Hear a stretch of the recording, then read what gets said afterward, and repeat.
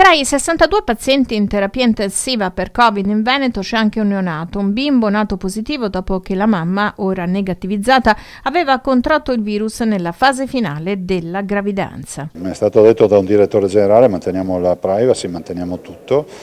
E il tema della donna in gravidanza è un tema che non ci porta a dire lo sapevate. Povere, molte gestanti hanno avuto indicazioni all'inizio, e penso sia stato bene così, di attendere e fare il vaccino. Adesso vedo che la comunità scientifica dice fate il vaccino perché il costo-beneficio è a favore del beneficio, visto e considerato che se poi vi infettate durante le fasi magari terminali della gravidanza qualche guaio potete avere. Oltre al Covid ci sono le prestazioni ordinarie da recuperare, ben 500.000, e per accelerare la Giunta ha deliberato nuovi fondi per la sanità privata convenzionata. È doverosa, visto e considerato che abbiamo 500.000 prestazioni in arretrato, perché il Covid, ricordiamo, non fa danni solo alla salute di chi se lo becca e magari finisce in ospedale o si ammala o ha ancora gli esiti del Covid, ma c'è anche chi non ha avuto il Covid ma ha avuto danni da Covid, cioè ovvero pensi ai malati oncologici, il problema degli screening, le terapie, persone che hanno procrastinato interventi chirurgici che dovevano fare perché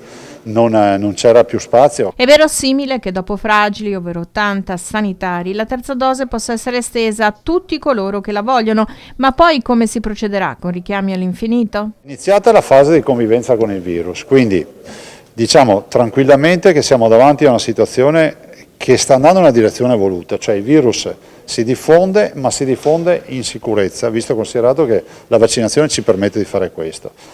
Il virus quindi diventa endemico, come si dice dal punto di vista scientifico, quindi diventa anche ubiquitario, i nostri corpi si adegueranno sempre di più a qualcosa che diventa familiare, brutto da dire ma è così, non è altro quello che è accaduto con le influenze o altro, quindi cosa accadrà in futuro? Probabilmente avremo i richiami, chi vorrà si farà il vaccino, chi non vorrà in futuro deciderà di ma me lo prendo, se è quasi un'influenza, sono passati anni, ognuno poi farà le decisioni.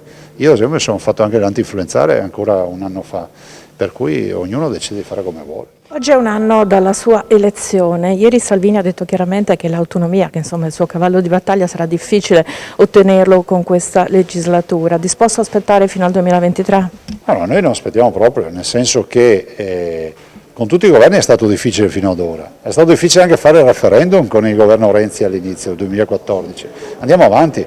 Poi prima o poi arriva qualcuno che deciderà di scrivere questa pagina di storia, ma noi dovremmo essere pronti alla chiamata. Lei è più ottimista di Salvini, insomma? No, ma io condivido quello che dice lui, questo è un governo sicuramente che esiste per altri obiettivi, però è pur vero che l'autonomia è un fatto dovuto ai Veneti e deve essere data ai Veneti. Noi andiamo avanti, stiamo preparando una proposta con il collega Fontana e vedremo cosa ne verrà fuori.